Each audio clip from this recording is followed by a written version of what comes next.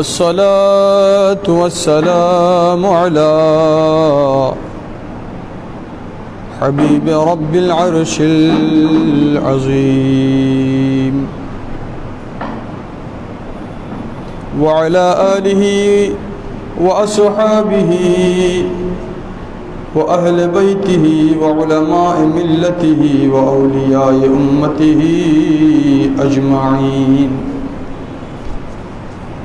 أما بعد فأعوذ بالله من الشيطان الرجيم ببركة بسم الله الرحمن الرحيم. وإذا سألك عبادي عني فإني قريب أجيب دعوة الداعي إذا دعان فليستجيبوا لي وليؤمنوا بي لعلهم يرشدون. وأيضا قال الله عز وجل في كلامه المجيد في شأن نبينا ورسولنا وحبيبنا وحبيب ربنا آمرا ومخبرا إن الله وملائكته يصلون على النبي يا أيها الذين آمنوا صلوا عليه وسلموا تسليما. صلى الله على سيدنا محمد وآله وصحبه صلى الله على سيدنا محمد صلاة يا رسول الله عليكم سلام زرحمت کن نظر بر حال زارم یا رسول اللہ غریبم بنوایم خاک سارم یا رسول اللہ صلاة یا رسول اللہ سلام یا حبیب اللہ دم آخر نمائی جلوہ دیدار جامیرا لطف تو ہما امیدوارم یا رسول اللہ سلام یا رسول اللہ سلام یا حبیب اللہ سبحان اللہ الحمد للہ لا الہ الا اللہ سبحان اللہ الحمد للہ لا الہ الا اللہ لا الہ الا اللہ لا الہ الا اللہ لا الہ الا اللہ محمد رسول اللہ صلی اللہ علیہ وسلم. মহান রব্বুল আলমিনের আলিশান পাক দরবারে শুকরিয়া আদা করছি যিনি মাহে রবিউল আখিরের প্রথম জুমা আদা করার লক্ষ্যে বাইতুল্লাহতে শরীক হওয়ার তৌফিক দান করেছেন। আলহামদুলিল্লাহ। আল্লাহ পাক রব্বুল আলমিন কালামে মজিদ ফুরকান হামিদ ইরশাদ করছেন বিসমিল্লাহির রহমানির রহিম ওয়াইদা আর যখনই সাআলাকা জিজ্ঞাসা করবে আপনাকে ইবাদি আমার বান্দা আন্নি আমি আল্লাহ সম্পর্কে ফাইন্নি অতঃপর নিশ্চয় আমি আল্লাহ করিবুন নিকটে অতি নিকটে উজিবু আমি জবাব দিই দাওয়াতা আহ্বানের আদ-দাঈ একজন আহ্বানকারীর ইজা যখন দাআন সে ডাকে ফালিয়াস্তাজিবু লি অতঃপর সে তারা যেন আমার হুকুম মানে আমার ডাকে সাড়া দেয়, ওয়াল ইউমিনু বি আমার উপর ঈমান রাখে, লাআল্লাহুম ইয়ারশুদুন যাতে তারা হেদায়েত পায়। আল্লাহ তাআলা ইরশাদ করছেন সূরাতুল বাকারার মধ্যে, যখনই একজন বান্দা আসবে আপনি নবীর কাছে জিজ্ঞাসা করবে, প্রশ্নটা কি হবে? আমি আল্লাহ সম্পর্কে। কোরআনে পাকের কিছু আয়াত আছে আয়াতে মক্কি, কিছু আয়াত আছে আয়াতে মাদানী। একটা হচ্ছে মক্কি, একটা হচ্ছে মাদানী। তদ্রুপ কোরআনের আয়াতের ভিন্নতা আছে, দিনের আয়াতের ভিন্নতা, রাতের আয়াতের ভিন্নতা, জমিনের আয়াতের ভিন্নতা, আসমানের আয়াতের ভিন্নতা। তো মক্কি মাদানীর ব্যাপারে কোরআনের আয়াতের অর্থ একজন মানুষ পড়লে, বাংলায় পড়লেও সহজে তার মূল অর্থটা বুঝবে না যদি এই উসুলটা, এই নীতিমালাটা না জানে। কীরকম? একজন মানুষ যখন তার পরিবারের সাথে কথা বলে তখন তার কথার ধরন হয় এক ধরনের, সে যখন তার মা বাবার সাথে কথা বলে কথার ধরন একই না পরিবর্তন? যখন সে তার নিকটাত্মীয়ের সাথে কথা বলে তখন কথার ধরন, যখন দূরাত্মীয়ের সাথে কথা বলে তখন, প্রতিবেশীর সাথে হলে, বন্ধু মহলে, চাকরি মহলে, মুরব্বীদের সাথে, বয়স্কদের সাথে, বন্ধুদের সাথে, জুনিয়রদের সাথে, আওলাদদের সাথে, প্রত্যেক পদক্ষেপে ব্যক্তি বিশেষে মানুষের কথা ধরন, কথা একই হোক কিন্তু কথার ধরনের উপর শব্দের অর্থ বর্তায়। কোরআনে পাকের যখনই কোনো আয়াত আমরা পড়ব আমার আগে জানতে হবে এই আয়াতের অনুবাদের পূর্বে এটা বলা অর্থ তো ঠিক আছে কিন্তু ধরনটা কি ছিল। মক্কার হলে মক্কার ধরন এক ধরনের, কারণ মক্কাতে ইহুদি নাসারা খ্রিস্টানরা দুশমন ছিল না, মক্কাতে দুশমন ছিল কাফের মুশরিকরা। আর মদিনাতে ইহুদি নাসারা প্রধান ছিল, তবে সেখান থেকে কাফের মুশরিকের সাথেও যুদ্ধ হয়েছে। তাহলে মক্কায় কথা বলা, মদিনায় কথা বলা, যেমন নাকি কোরআনে পাকে যত জায়গায় ইয়া আইয়ুহান নাস এসেছে, ইয়া হে মানব জাতি, সমস্ত মানুষকে যেখানে উল্লেখ করা হয়েছে এই সমস্ত আয়াত মক্কা শরীফে নাযিল হয়েছে। যখন ইয়া আইয়ুহাল্লাযীনা আমানু হে ঈমানদারগণ বলা হয়েছে, এই আহ্বান আল্লাহ যখন করেছেন এই আয়াতগুলো মদিনা শরীফের। মানুষ মক্কার, ইমানদার। এখন সাধারণ মানুষের সাথে যে আল্লাহকে মানে না তার সাথে আল্লাহ যখন কথা বলেন কি ধরনের কথা বলবেন? একজন ইমানদার আল্লাহকে মানেওয়ালা ওই বান্দার সাথে যখন আল্লাহ কথা বলবেন মহব্বত বেশি না কম? তাইলে ওই মহব্বতের তারতম্যে এবং পরিবেশ পরিস্থিতির ধরনে আমরা অর্থটাকে নিব।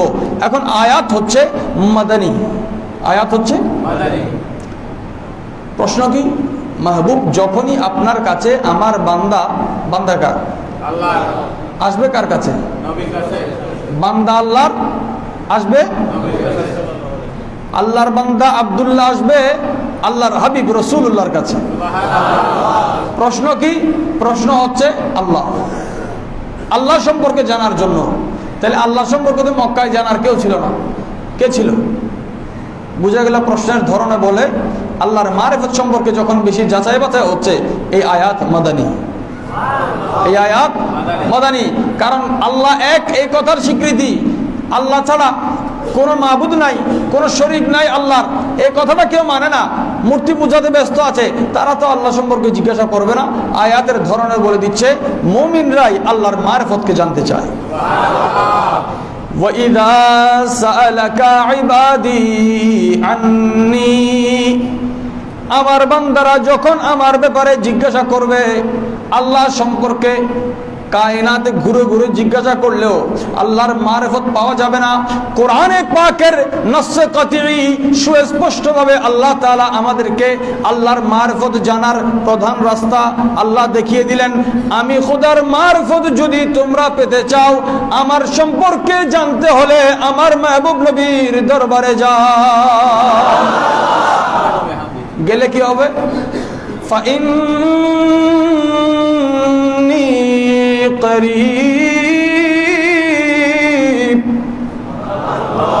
নিশ্চয় আমি আল্লাহ অতি নিকটে। আমি আল্লাহ, একজন বান্দার নিকটে আল্লাহ থাকলে আর কি লাগে? বলে না সুবহানাল্লাহ। কিন্তু নিকটের মধ্যে তফাৎ আছে। কোরআনে পাকে আছে ফালাউলা ইযা বালাগাতিল হুলকুম ওয়া আনতুম হিনাইযিন তানজুরুন।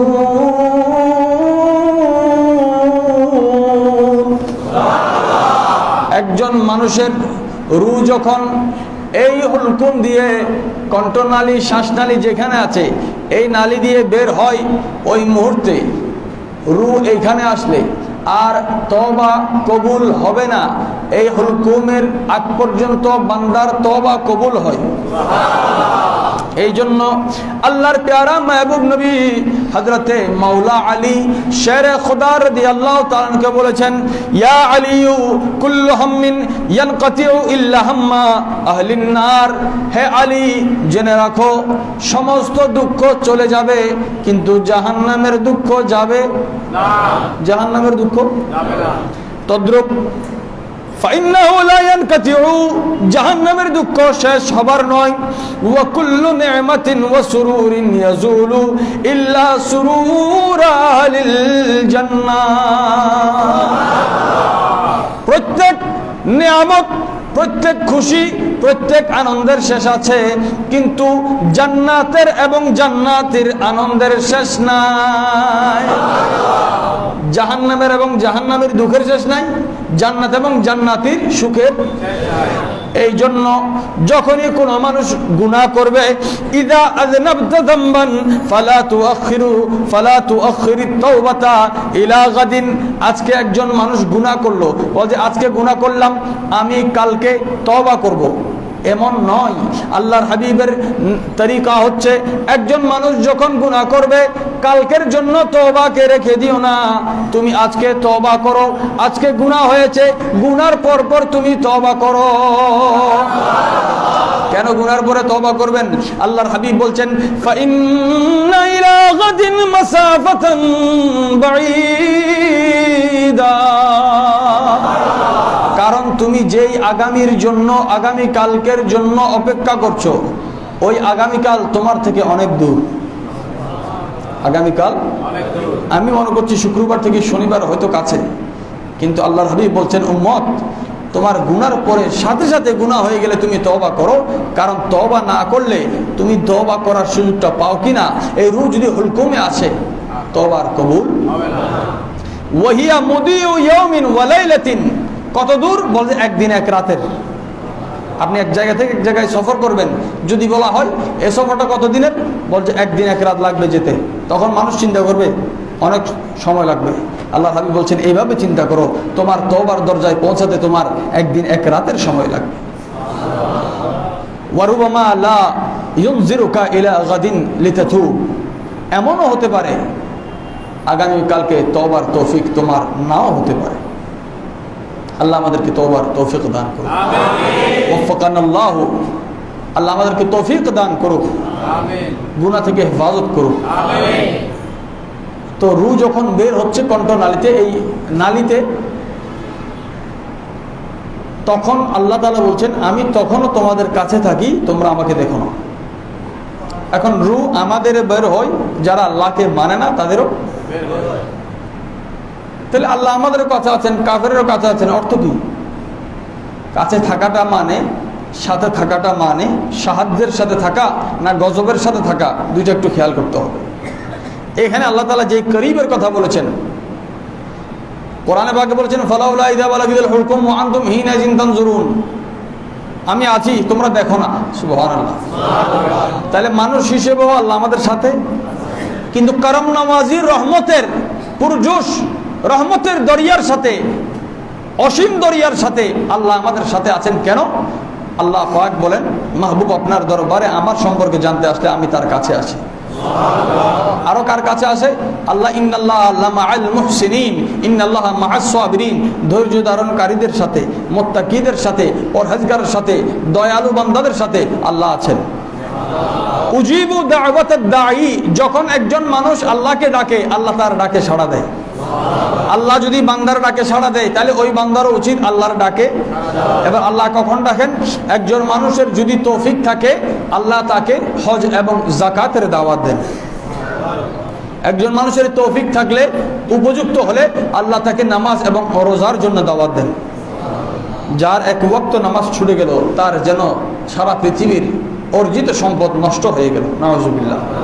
ইমাম ইবনে হিব্বান তার হাদিসের কিতাবের মধ্যে এনেছেন, সহিহ ইবনে হিব্বানের মধ্যে, প্রত্যেক ওয়াক্তে ভালো আমলের জন্য আল্লাহ যে আমাদেরকে দাওয়াত দিচ্ছেন, আমাদের ডাকে যদি আল্লাহ সাড়া দেন তাহলে আল্লাহর ডাকে আমাদের আরো বেশি সাড়া দিতে হবে। এই আয়াতের আরেকটা অর্থ করা যায় উজিবু, আমি জবাব দিই, অথবা জবাবের একটা অর্থ হচ্ছে কবুল করা। জবাবের একটা কথা অর্থ হচ্ছে কবুল করা। আমি ওই বান্দার দোয়া, যখন আমার বান্দা দোয়া করে আমি তার দোয়াকে কবুল করি। বোঝা গেল দোয়ার জন্য কোনো বাধ্যবাধকতা নাই যে এই মুহূর্তেই করতে হবে। নামাজের আগে, নামাজের পরে কোনো নির্দিষ্ট করতে হবে না। তবে দোয়া কবুলিয়তের সময়টুকু নির্দিষ্ট আছে। দোয়া কবুলিয়তের, যেমন নাকি হাজি যখন এহরাম পড়েন একই মুখে সবাই বলেন লব্বাইক আল্লাহুম্মা লব্বাইক লা শারীকা লাকা ইন্নাল হামদা ওয়ান নি'মাতা লাকা ওয়াল মুলক লা শারীকা লাক। तमाम আরাফাতের মাঠ, মুজদালিফা, মিনা এগুলো ভরে যায় এবং লব্বাইক রবে, এই রবের মধ্যে সরব হয়, এই ধ্বনিতে মুখরিত হয় আরবের জমিন। হাজিদের ওই মুহূর্ত, একটা মুহূর্ত হাজারো কোটি টাকা দিলে ওই শান্তিটা পাওয়া যাবে?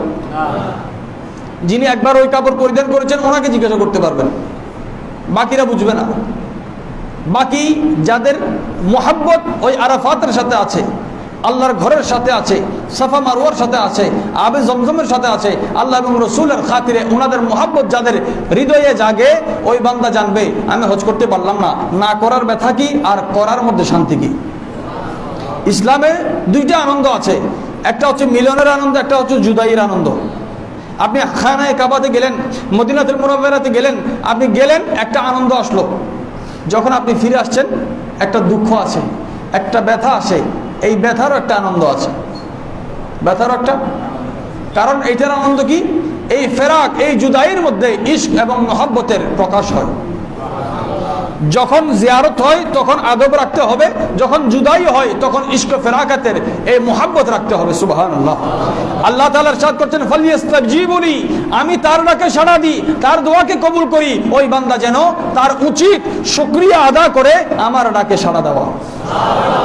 ওয়ালিউমিনু বি, আমার উপর ঈমান রাখা। এই আয়াতের অর্থ যদি হয় আমার উপর ঈমান নেওয়া, আমার উপর ঈমান আনা। একজন মানুষ আল্লাহর সম্পর্কে জানতে চাইবেন কেন যদি ঈমান না আনে? বোঝা গেল এই আয়াতের ঈমানদারের জন্য যখন নিসবত হবে, এই আয়াতের অর্থ হবে এই বান্দা ঈমানের খাতিরে যখন আমাকে ডাকলো, ওই বান্দা যাতে আমার উপর ওই আস্থাটা রাখে যে আস্থা নিয়ে সে আমাকে ডাক দিয়েছে।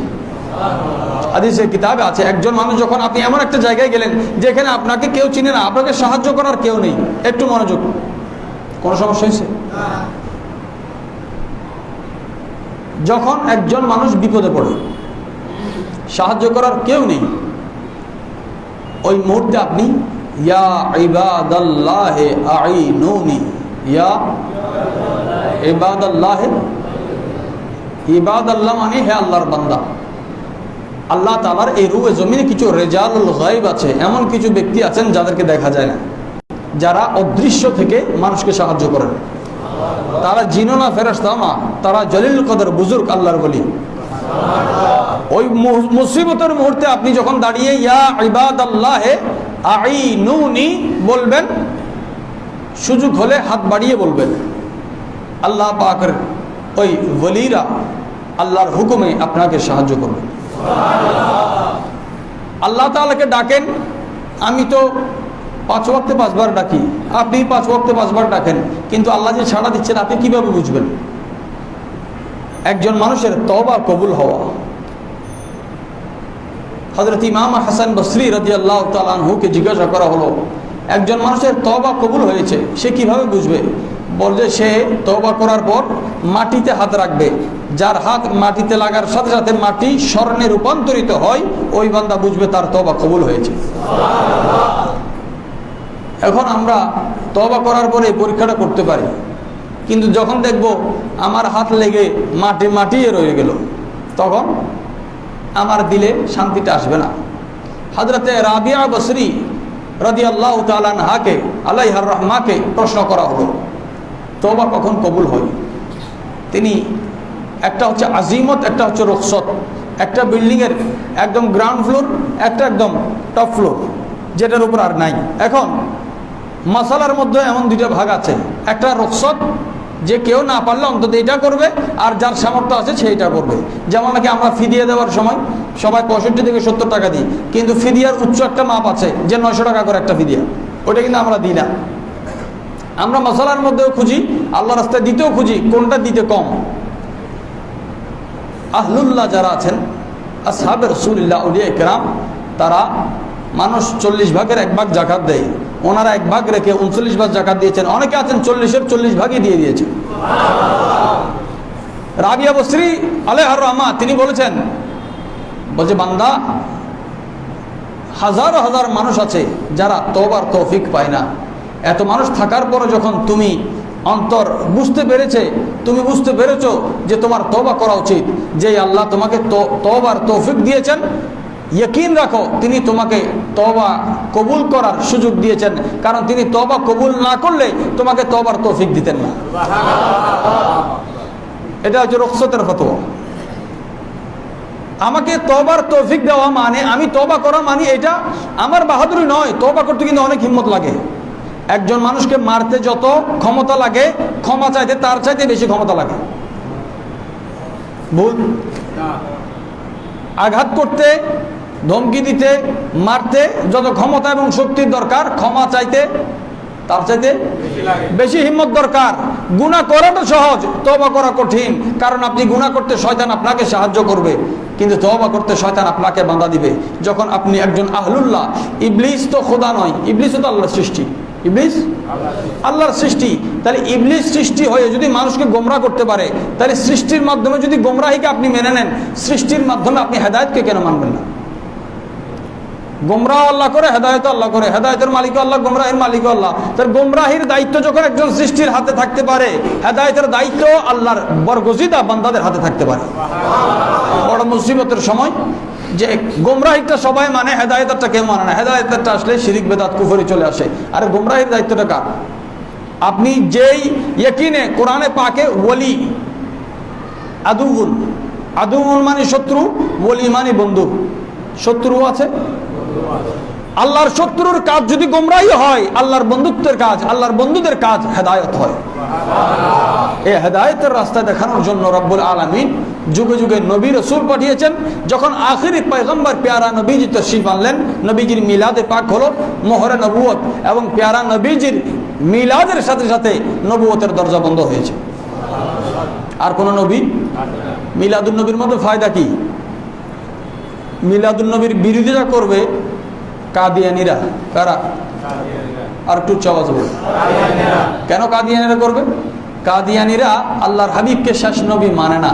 শেষ নবী, আমরা কাদিয়ানীকে মিলাদুন নবীর মাধ্যমে জবাব দিই যে আল্লাহর হাবিবের মিলাদ হয়েছে কোন হাবিব, কোন নবী? যিনি আখেরি নবী, যিনি মা কানা মুহাম্মাদুন আবা আহাদিম মির রিজালিকুম ওয়ালাকিন রাসূলুল্লাহ ওয়া খাতামান নবিয়্যিন। খাতামুন নবিয়্যিনের মিলাদ হয়েছে। নারাজ তো কাদিয়ানী হবে, নবীর কলমা পড়নে ওয়ালা। কাদিয়ানীর বিরুদ্ধে যারা কাদিয়ানীকে কাফের বলছে আজকে, আমি তাদেরকে দেখে হয়রান হই, যারা খতমে নবুয়ত, নামুসে রিসালত এই নামের স্লোগানে বর্তমানে মাঠে এসেছে মাঠ ধরার জন্য, অথচ ওনাদের বুজুর্গরা কাদিয়ানীকে নবী দাবি করার রাস্তা করে দিয়েছে।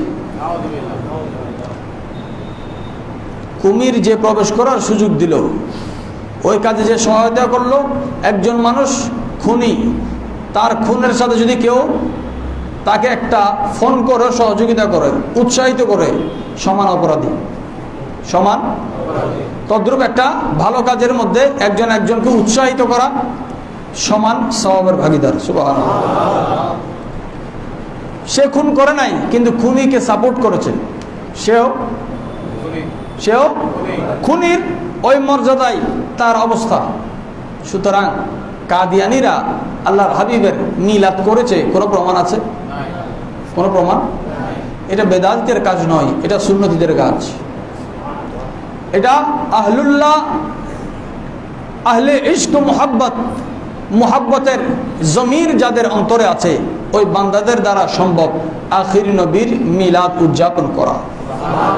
কারণ বাংলাদেশেও অসংখ্য কোম্পানি আছে যারা স্পষ্টভাবে এই কাদিয়ানির প্রচার করছে যে নবীজির পরেও একজন নবী, নাউজুবিল্লাহ। কোরআনে পাকে যেখানে আহমদ আছে, সেখানে গোলাম আহমদ থেকে গোলামটা কেটে দিয়ে এখন সে আহমদ হলো। সে নিজের নবুয়তের প্রচার শুরু করতে লাগলো। একজন মানুষ, শিক্ষিত মানুষ, দুনিয়াও আল্লাহ তাকে দিয়েছে, আল্লাহ তাকে বিভিন্ন ইউনিভার্সিটির জ্ঞানও দেওয়ার পরেও সে গোমরা হতে 2 সেকেন্ড লাগে না। কারণ হেদায়ত দুশমনে ইলাহির সাথে নয়, হেদায়ত ইবলিসের সাথে থাকলে হেদায়ত নসিব হবে। কিছু মানুষ আছে, কোরআনুল কারীম আছে, যাদের সাথে ইবলিস ঝুলে থাকে, যাদের সাথে ইবলিস এখানে যাদের সাথে থাকে, তারা ইবলিসের সাথে সেখানে থাকবে।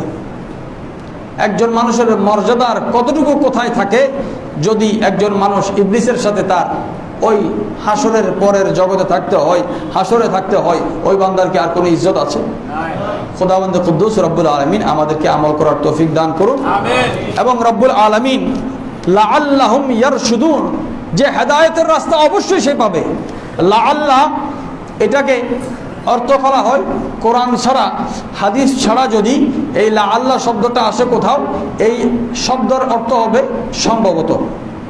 কি সম্ভবত? মানে হতেও পারে, তাহলে হতেও পারে, নাও হতে পারে। যদি হয় তাহলে এখানে একটা সন্দেহ। কোরআনে কোনো সন্দেহ লা রাইবা, এই কিতাবে কোনো সন্দেহ নাই। এই একটা কথাই কোরআনে যত লাআল্লাহ আছে, সমস্ত লাআল্লাহর অর্থ সম্ভবত হবে না, যাতে তারা, অর্থাৎ বাস্তবেই এই আমল করলে তুমি হেদায়েত পাবে। এটা কোরআনুল কারীমের মঞ্জর। আল্লাহ পাক রব্বুল আলামিন আমাদেরকে আমল করার তৌফিক দান করুন। মাহে রবিউল আখির হুজুর গৌসুল আজম পীর দস্তগীর শেখ সৈয়দ মীর মুহিউদ্দিন আব্দুল কাদের আল জিলানী আল হাসানী কুদ্দিসা সিরুল আজিজ এবং সুলতান মাশায়েখ জরি জরবখশ হযরত নিজামউদ্দিন মাহবুবিল্লাহ রহমাতুল্লাহ আলাইহ ওয়াসালের মাস, ওয়াফাতের মাস রবিউল আউয়াল, অর্থ হচ্ছে প্রথম বসন্ত। রবিউল আখির মানে শেষ বসন্ত। প্রথম বসন্ত নবুয়ত, শেষ বসন্ত বেলায়েত। সেটা ইমামুল আম্বিয়ার মাস ছিল, এটা ইমামুল আউলিয়ার মাস, বুজুর্গানে দিনের মাস। আল্লাহ পাক রব্বুল আলামিন বিতর্কের দরকার নেই, যার ইচ্ছা হবে নিজ ঘরে বসে ওই তারিখে, বুজুর্গানে দিনের তারিখে আপনি স্মরণ করবেন। কারণ প্রত্যেক বুজুর্গ যেদিন জন্ম হয়, যেদিন ইন্তেকাল হয়, ওই দিনগুলো ওনাদের দিন নয়, বরং আল্লাহর দিন। এ সম্পর্কে আমি আগেও বলেছি। ইনশাআল্লাহুল আজিজ আল্লাহ পাক রব্বুল আলামিন কোরআনের রোশনিতে আমরা যখন চলার চেষ্টা করব, কোরআনে পাকের 29 নম্বর সূরা আনকাবুতের 69 নম্বর আয়াতে আল্লাহ তাআলা ইরশাদ করছেন, একজন মানুষ যখন আল্লাহকে পেতে চায়, আল্লাহর রাস্তা তালাশ করে, অবশ্যই আল্লাহ তাআলা ইরশাদ করছেন লানাহদিয়ান্নাহুম, আমি অবশ্যই তাদেরকে রাস্তা দেখাবো। আল্লাহ তাআলা বললে তো ওয়াদা খেলাফ হয় না। যেখানে ওয়াদা সাধারণ কথায় খেলাফ হয় না, সেখানে আল্লাহ যখন তাকিদ দিয়ে বলেন, দৃঢ়তার সহিত বলেন যে অবশ্যই আমি হেদায়েত দিব, তার মানে কি? একজন মানুষ যদি ইয়াকিনের সাথে আল্লাহকে তালাশ করে, আল্লাহ অবশ্যই আল্লাহর রাস্তাকে তাকে পথ প্রদর্শিত করবেন এবং ওই রাস্তায় আল্লাহ তাকে চলার তৌফিক দান করবেন। সুবহানাল্লাহ।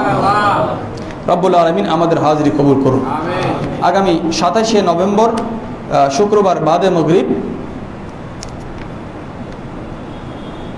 শেরবাজ খান চৌধুরী, স্থান কোথায়?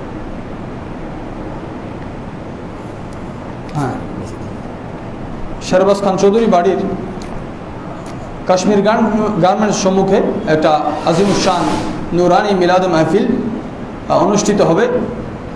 আলহামদুলিল্লাহ দেশবরণ ওলামা ইকরাম এখানে উপস্থিত হবেন। 27শে নভেম্বর আপনারা একটু যাদের সুযোগ হবে শরীক হয়ে সহযোগিতা করবেন, কারণ এই সমস্ত এলাকা যদিও সুন্নি এলাকা ছিল এক সময়, এখন মানুষ ইউটিউব, ফেসবুক আর টিভি চ্যানেল থেকে ইসলামের দাওয়াত নিতে নিতে আহলে সুন্নাত ওয়াল জামাত থেকে বের হয়ে ইসলাম থেকে খারিজ হওয়ার অবস্থা হয়েছে। যেই জায়গায় ঈমানের রোশনি কম, আপনার সহি আকীদার মানুষ আছে কিন্তু সংখ্যায় কম, দুর্বল, আপনার তৌফিক থাকলে তাকে সাহায্য করবেন। এই সমস্ত মাহফিলে যদি আপনি উপস্থিত হন, আপনার উপস্থিতি তার ঈমানের রোশনিটা বাড়াবে। ইয়াদ রাখবেন, যেখানে আছে তো অহরহ আছে, যেখানে বাতি আছে বাতি জ্বালানোর দরকার নাই, তারপর আপনি সৌন্দর্যের জন্য দিতে পারেন, কিন্তু যেখানে একটাও নাই সেখানে তো কিছু করা দরকার। সুতরাং দায়িত্ব মনে করে যারা কাছে আছেন এবং সুযোগ থাকবে আপনারা যাবেন অবশ্য। আল্লাহ পাক রব্বুল আলামিন আমাদের হাজির কবুল করুক। সুবহান রাব্বিকা রাব্বিল ইজ্জাতি আম্মা ইয়াসিফুন ওয়া সালামুন